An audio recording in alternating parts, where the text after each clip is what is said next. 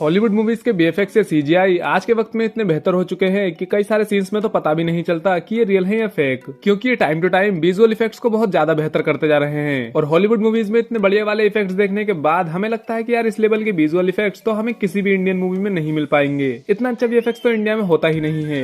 Hollywood movies का VFX इसलिए अच्छा होता है क्योंकि उन्हें अंग्रेजों ने बनाया है, पर इंडिया में ऐसा वीएफएक्स नहीं बन पाएगा। अगर आप भी ऐसा सोचते हो तो आप भी बिल्कुल गलत हो, क्योंकि इंडिया में ऐसी ऐसी हॉलीवुड मूवीज के वीएफएक्स पर काम किया गया है जिन्होंने ऑस्कर तक जीता है, वो भी विजुअल इफेक्ट्स की कैटेगरी में। आओ बताता हूँ उन फिल्मों के बारे में। अवतार। जेम्स कैमरॉन के अवतार को मोस्टली जाना ही उसकी सीजीआई के लिए जाता है। भाई इसने ऑस्कर जीता है वीएफएक्स में। ऐसे ही नहीं, अभी भी ये हाईएस्ट ग्रोसिंग पिक्चर बनी हुई है। हाँ, अवेंजर्स एंड गेम और अवतार के आपसी झगड़े चलते रहते हैं, पर फिलहाल तो अवतार ही आगे है। एंड यस, अवतार के विजुअल इफेक्ट्स का काम इंडिया में भी हुआ था। देखो, किसी भी मूवी का टोटल वीएफएक्स कोई एक स्टूडियो नहीं करता, बल्कि काफी सारे स्टूडियोज मिलकर एक पिक्चर के अलग अलग सीन्स को तैयार करते हैं। इसलिए ऐसा मत समझना कि इन फिल्मों का सारा काम इंडिया में हुआ होगा, ऐसा नहीं है। इंडिया में सिर्फ कुछ सीन्स ही तैयार किए गए होंगे, ना कि पूरी फिल्म। वैसे अब अवतार का एक सीक्वल भी आ रहा है। एक मिनट, सीक्वल नहीं सीक्वल्स आ रहे हैं। 2028 तक का प्लान बना लिया है कैमरॉन चचा ने। खैर, मैं तो इन सभी फिल्मों के लिए काफी एक्साइटेड हूँ।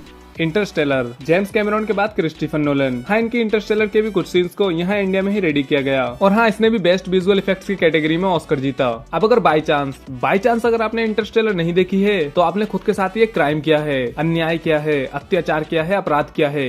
एक मिनट, क्राइम और अपराध तो एक ही बात होती है ना। देखो यार, ये मूवी मिस करने के लिए नहीं बनी। अगर आपको टाइम ट्रेवल पसंद है तो इसे देखो, स्पेस और डिफरेंट प्लैनेट्स पसंद है तो इसे देखो, ब्लैक होल पसंद है तो इसे देखो, और अगर आपको कुछ भी नहीं पसंद तब भी इसे देखो। ये मूवी मिस करने के लिए है ही नहीं। कुछ अच्छा रिकमेंड कर रहा हूँ, देख लेना। कब तक हीरोपंती 2 जैसी फिल्में देखते रहोगे। Star Wars. अभी सरप्राइजेस खत्म नहीं हुए, ये तो बस शुरुआत है। अब मैंने यहाँ सिर्फ स्टार वॉर्स इसलिए कहा क्योंकि इसमें दर्जन भर मूवीज हैं और अब तो कुछ वेब सीरीज भी आ चुकी हैं, तो ऑब्वियसली इन सबका वीएफएक्स इंडिया में नहीं हुआ, पर हाँ, इनमें से कुछ का जरूर हुआ है। अब बस उनके नाम मत पूछना क्योंकि नाम में क्या रखा है। मगर हाँ, ये जानकर काफी अच्छा लगता है कि स्टार वॉर्स जैसी फेमस फ्रेंचाइजी में इंडिया का भी योगदान है। बट आज के टाइम में स्टार वॉर्स से भी ज्यादा फेमस कुछ और है। हाँ, यहाँ बात हो रही है मार्वल सिनेमैटिक यूनिवर्स की, जिसकी एक फिल्म है थॉर द डार्क वर्ल्ड। ये फिल्म भाई काफी ज्यादा बढ़िया नहीं है। फिल्म की स्टोरी अच्छी नहीं है, बट विजुअल इफेक्ट्स फिर भी बढ़िया हैं। और होंगे क्यों नहीं, अपने यहाँ भारत में जो बने हैं। लेकिन जैसा मैंने कहा कि यहाँ सिर्फ कुछ सीन्स ही बने होंगे, पूरी फिल्म नहीं। थॉर द डार्क वर्ल्ड में मुझे 2 चीजें सबसे ज्यादा पसंद आई। पहला थॉर एंड दूसरा लोकी। इनकी केमिस्ट्री ही इस पूरी फिल्म में मुझे सबसे ज्यादा बढ़िया लगती है। बट इसके अलावा ये फिल्म एमसीयू की सबसे बेकार मूवीज में से एक है। एमसीयू की मूवीज में से, पूरे हॉलीवुड की बात नहीं कर रहा हूँ। Game of thrones. बड़ी बड़ी ड्रैगन्स, कमाल के एक्शन सीन्स, ये सभी देखने में तो मजा आता है गेम ऑफ थ्रोन्स में। और इन सबको क्रिएट करने में इंडियन आर्टिस्ट का भी बहुत बड़ा हाथ है। गेम ऑफ थ्रोन्स को IMDb पर 9.2 की रेटिंग मिली है और इसे ये रेटिंग दी है 19,89,638 लोगों ने। और इतने ज्यादा लोगों ने IMDb पर किसी और वेब सीरीज को अभी तक रेट नहीं किया। वैसे अब गेम ऑफ थ्रोन्स की एक प्रीक्वल सीरीज भी आने वाली है, हाउस ऑफ द ड्रैगन नाम से। देखते हैं कि वो कैसी निकलती है। James bond Skyfall. Daniel Craig की जेम्स बॉन्ड सीरीज की एक फिल्म है स्काईफॉल। वैसे तो इस सीरीज में टोटल 4 मूवीज हैं, जिसकी लेटेस्ट मूवी है No Time to Die. And ये डेनियल क्रेग की लास्ट मूवी थी एज जेम्स बॉन्ड। इसके बाद अब कोई और ही नया बंदा जेम्स बॉन्ड की जगह लेगा। बट यहाँ हम बात कर रहे हैं स्काईफॉल की, जिसके कुछ VFX शॉट्स इंडिया में कंप्लीट हुए। और सिर्फ VFX ही नहीं, बल्कि इसकी शूटिंग भी इंडिया में होने वाली थी। हाँ, वो जो ट्रेन वाला फाइट सीन था उसे इसके मेकर्स इंडिया में शूट करना चाहते थे, पर अब्बा नहीं माने। मतलब उस टाइम पर जो अपने रेल मंत्री थे वो नहीं माने कि इंडियन ट्रेन के ऊपर किसी को मुकालात करता हुआ दिखाया जाए। इसलिए फिर उस सीन को बाहर किसी और कंट्री में शूट किया गया। Transformers dark of the moon. Transformers का कॉन्सेप्ट काफी इंटरेस्टिंग था एंड इसकी मूवीज भी लोगों को काफी पसंद आई। बट जैसे जैसे इसके सीक्वल्स आए, लोग शिकायत करने लगे कि एक्शन सीन्स तो बढ़िया हैं, बट स्टोरी में मजा नहीं आ रहा। और ये बात इनकी IMDb रेटिंग्स भी बताती हैं। लेकिन इस सीरीज की लास्ट मूवी बम्बलबी की स्टोरी ऑडियंस को काफी पसंद आई और यहाँ से ट्रांसफॉर्मर्स की एक नई शुरुआत हुई। Transformers dark of the moon इस फ्रेंचाइजी की हाईएस्ट ग्रोसिंग मूवी है 1.2 बिलियन डॉलर्स के साथ। और इस फ्रेंचाइजी के विजुअल इफेक्ट्स भाई टॉप लेवल के होते हैं। अब मैं एक ही बात बार बार बोल रहा हूँ, पर हाँ, इसके VFX में भी इंडियन लोगों ने काम किया है। वैसे अगले साल transformers rise of the beast आएगी, जो कि एक न्यू ट्रायलॉजी का फर्स्ट पार्ट होगी।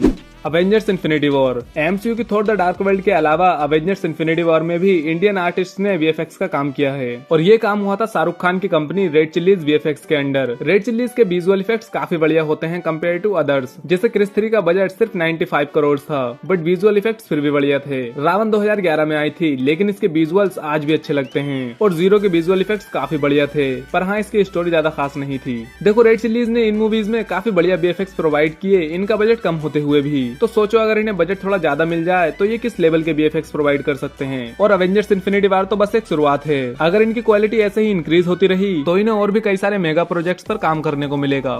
मेलेफिसेंट, पंखों वाली एंजेलिना जोली। मेलेफिसेंट कहानी है प्यार में धोखा खाई एक जलपरी की, परी की, और इसे भी डिज्नी ने Aladdin, The Lion King and Beauty and the Beast की तरह ही एनिमेशन से लाइव एक्शन में अडेप्ट किया है। और इसके विजुअल्स भाई बहुत ज्यादा बढ़िया हैं, जैसे कलर्स, क्रिएचर्स और जगहें इसमें दिखाई गई हैं भाई बहुत ही खूबसूरत हैं। और हाँ, इसके विजुअल्स में अपने यहाँ के लोगों ने भी काम किया है। इस फिल्म की स्टोरी स्लीपिंग ब्यूटी पर बेस्ड है। अब स्लीपिंग ब्यूटी की स्टोरी क्या है ये तो मैं यहाँ नहीं समझाने वाला। मेलेफिसेंट का 2019 में मेलेफिसेंट मिस्ट्रेस ऑफ एविल नाम से एक सीक्वल भी आया था, और ऐसे रूमर्स आए थे कि मेलेफिसेंट की एक पूरी ट्रायोलॉजी बनेगी, मींस इसका थर्ड पार्ट भी आएगा। लेकिन भाई ऐसा कुछ भी कंफर्म नहीं है, आ भी सकता है और नहीं भी।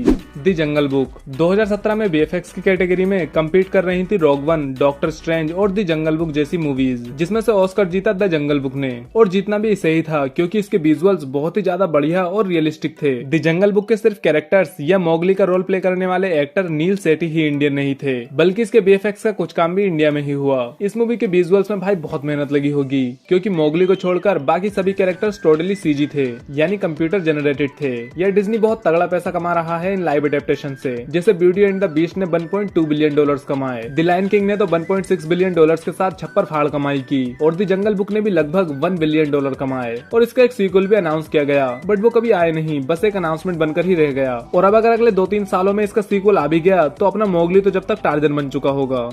How to Train Your Dragon, India में सिर्फ लाइव एक्शन ही नहीं बल्कि एनिमेटेड मूवीज पर भी काम किया गया है, और How to Train Your Dragon उन्हीं में से एक है। लेकिन क्योंकि इस फ्रेंचाइजी में 3 पार्ट्स आए हैं तो मैं श्योर नहीं हूँ कि इसके किस पार्ट पर इंडिया में काम किया गया है। How to Train Your Dragon में वाइकिंग्स और ड्रैगन्स आपस में लड़ते रहते हैं, पर हिकअप नाम का एक लड़का एक ड्रैगन को मारने की बजाय उसे पालने लगता है। और फिर 2014 में इस मूवी का सीक्वल आया, एंड देन 2019 में इसका थर्ड पार्ट आया, How to Train Your Dragon The Hidden World. And इसके डायरेक्टर ने ये कंफर्म कर दिया था कि यही इस सीरीज का लास्ट पार्ट होने वाला है। तो हाँ, शायद अब इस सीरीज में और कोई भी मूवी नहीं आएगी।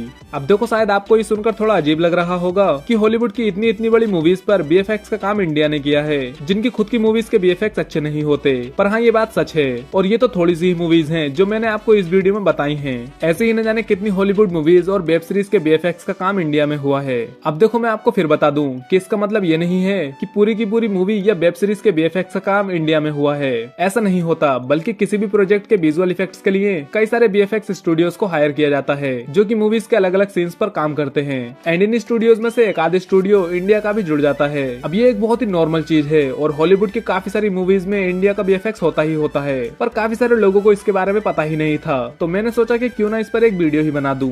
तो भाई, ये वो मूवीज थी जिनके विजुअल्स की लोग तारीफ तो करते हैं, लेकिन उनको ये पता ही नहीं होता कि इनके बीएफएक्स को बनाने में इंडिया का भी हाथ था। वैसे आप इस वीडियो में किस मूवी के बारे में सुनकर सबसे ज्यादा सरप्राइज हुए, कमेंट्स में बता देना। बाकी अगर आपको ये वीडियो पसंद आई हो तो लाइक और शेयर करना, साथ ही चैनल को भी सब्सक्राइब कर लेना। बाय।